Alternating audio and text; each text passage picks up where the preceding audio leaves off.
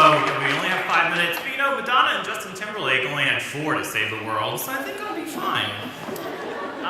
So for those of you in the arena of like planet saving, I saw some EPA folks, other folks maybe in Department of Interior, yeah, feel free to shout out. We know that our planet is in crisis, and both the public sector and the next generation, that's the focus of this conference, have to come together, and we have a shared responsibility to make sure that we save the natural world for future generations.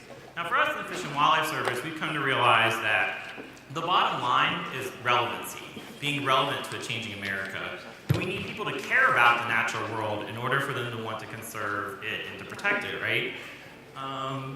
Slides are now. Oh, I should mention, this is my Twitter handle. I scheduled some tweets with more information since we don't have a lot of time, so if you want more information on the case examples that I'm talking about, there's lots of links from that. So really, what I'm here to talk to you today about is that, you know, despite kids today being plugged in with video games and not really spending a lot of time outside, we can actually use technology in a way to get kids and young adults and families to connect with the natural world. And I'm here to tell you that technology is actually going to be the key to getting NextGen back outside. Technology will be the key to getting that next generation to explore wildlife and connect with the natural world. Now the cool thing for us in the wildlife community is that the World Wide Webbers have made this really easy for us, right? So think about it, people love wildlife, right? The logo of one of the most popular websites in the world is a bird, right? The most popular game on iPhone and iPads is also about birds.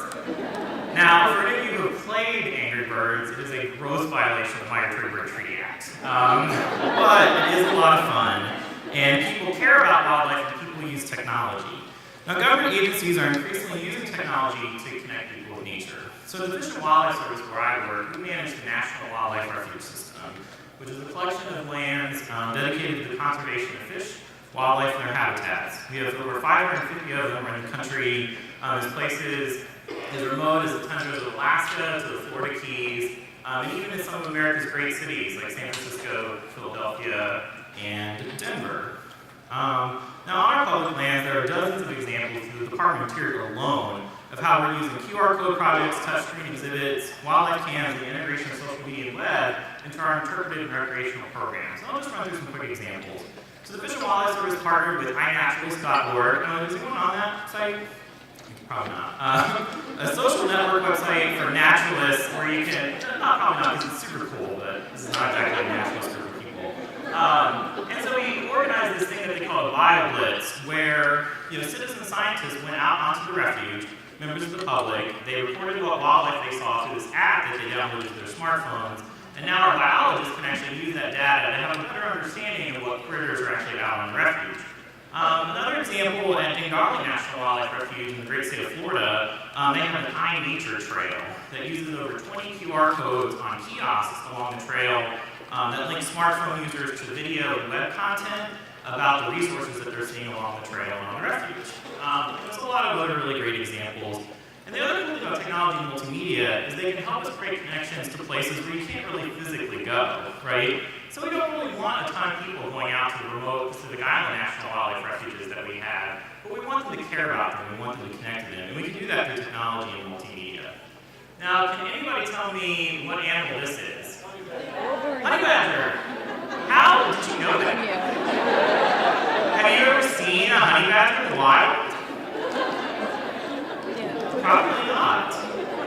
But you know who the little guy is, and again, through social media, technology, and the web, we can get people to know and care about wildlife and the environment. So I'll close by reiterating a key theme of this conference, which has been, for us, change has not been easy, right? Many of our seasoned National Wildlife Refuge managers are pretty technophobic, actually. So a big piece of what we're doing with technology in the Fish and Wildlife Service is convincing our own people that it's a good idea. So my job for the past 2 years has been managing the Conserving the Future vision effort for the National Wildlife Refuge System. And at the cornerstone of the slide of the effort has been leveraging social media and web tools to get people to talk about the future of the refuge system, but through the process, teach our own people about how to use the technology. We had an interactive website over the 18 months.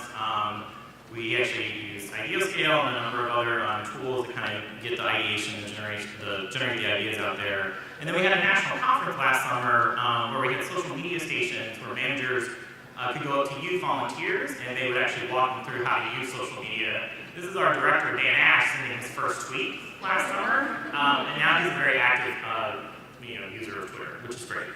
So in closing, it really has been young people driving this change at the Fish and Wildlife Service. And for those of us leading this change, we can't back down. We have to keep fighting.